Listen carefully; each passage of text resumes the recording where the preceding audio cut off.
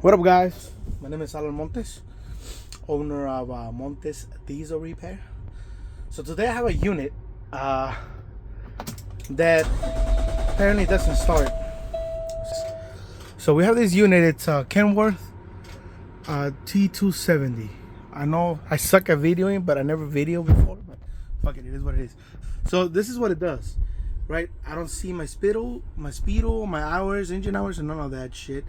And whenever you go to crank it, obviously it doesn't start, right? So whenever you see that, for me, my instance is like, okay, I'm losing data link, right?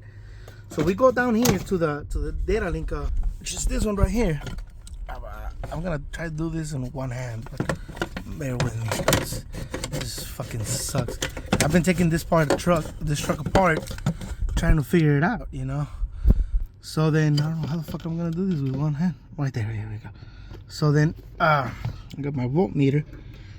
I got a voltmeter right here. So this video is gonna suck, man. God damn it.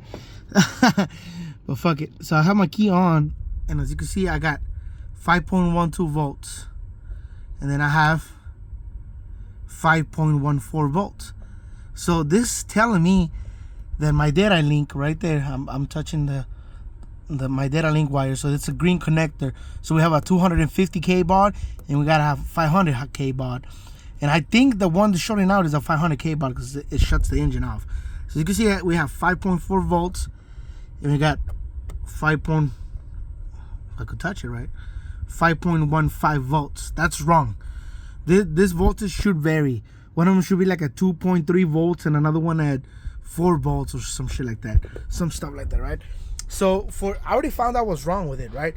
So as you can see, I just showed you guys. So what I found, it was that the coolant level sensor, this coolant level sensor. Right now I have it unplugged because I already replaced it in the truck, and the unit runs and starts.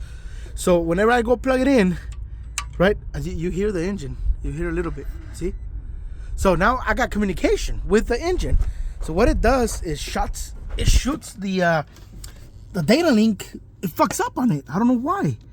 So now we go testing again. Now we got 3.2 volts, and it's fluctuating because I'm communicating with everything. And then I got another one, 2.3. So that's perfectly fine. My data link is working now. It's perfectly good. So now if we go back here, now I see my engine hours and my speedo, and the unit starts. So let's turn it off. So I found out that the coolant level sensor disables my data link. I do not know why. I do not know why Kenworth does this, but I've been messing around with this truck. I got it all torn apart. My batteries are off. I have it. My adapter, I have it at a negative, a ground. But I do not know why Kenworth does this.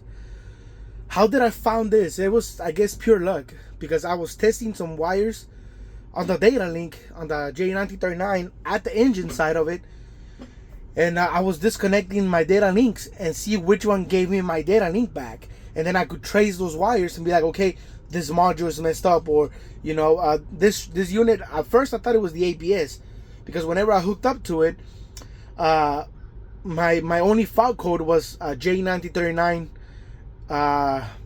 open. And I don't know why he gave me that fault code. And it was on the brake control module, which is the ABS, the Bendix. So as right there. So what I was doing here, I was testing, right? So do you guys know, a data link comes to the Bendix. So I was unhooking the module and all that. Come to realize that it was a coolant level sensor. I have 10 years plus 10 years more working on 18-wheelers.